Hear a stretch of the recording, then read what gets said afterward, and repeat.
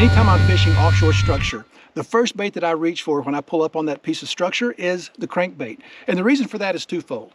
First of all, if there are bass that are actively feeding up on that structure, that fast-moving crankbait really takes advantage of their aggressive behavior.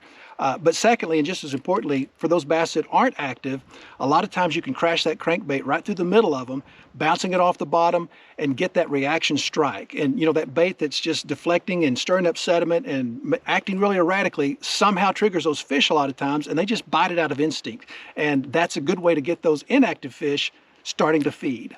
And for that reason, I feel like the number one aspect whenever you're choosing a crankbait is the depth in which it runs.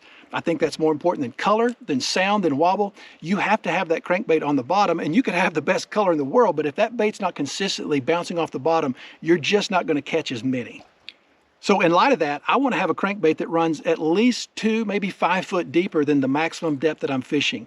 And that way that bait's going to get on the bottom early in the cast, and it's going to stay on the bottom even as the slope of that contour starts to get deeper. I want that bait to maintain its bottom contact even as it comes off that slope. Now, one of the things that can actually impact the depth in which the crankbait runs is the line that you choose. And so I really feel like fluorocarbon is the clear winner on line material. It's a much denser material than monofilament. That means that the fluorocarbon is going to have a sink rate. It's actually going to go down with that crankbait, whereas monofilament wants to stay high in the water column. And so I feel like fluorocarbon is the only way to go. You know, I feel like 12 to 15 pound Seaguar Invisex is just a great choice whenever I'm cranking. It doesn't have the level of abrasion resistance that say Abrazex or Tatsu have, but whenever I'm cranking, I'm typically not fishing around that heavy of a cover. But secondly, an Invisex is a little lesser price point than those other lines, and so in this economy, that doesn't hurt at all either.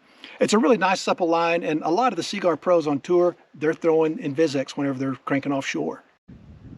So your tackle setup with regard to your rod and reel can really help reduce the stress and strain on your wrist and forearm whenever you're deep cranking. And I have a rule of thumb: the deeper the crankbait dives, the longer the rod needs to be.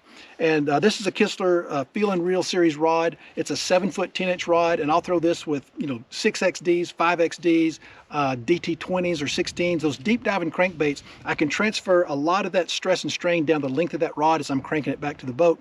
And just as importantly, on these long rods, I can make a really long cast, and I can get that bait out there for a much more efficient cast. Now, whenever I'm pulling those big deep diving plugs, I want to have a really low geared reel. And I think a 5 or 6 to 1 reel is ideal. And it's kind of like riding a 10-speed bike uphill. The lower speeds really make that effort a whole lot easier. So it just takes a tremendous amount of strain off your wrist with those low geared reels. Hey, hopefully I've given you some things to think about whenever it comes to being more efficient with your tackle setup on offshore cranking. I really feel like the rod, the reel, the line, and the crankbait all have to work in harmony. And whenever you get it right, it just makes the effort a whole lot more enjoyable, and it makes reporting for work on Monday a whole lot less painful.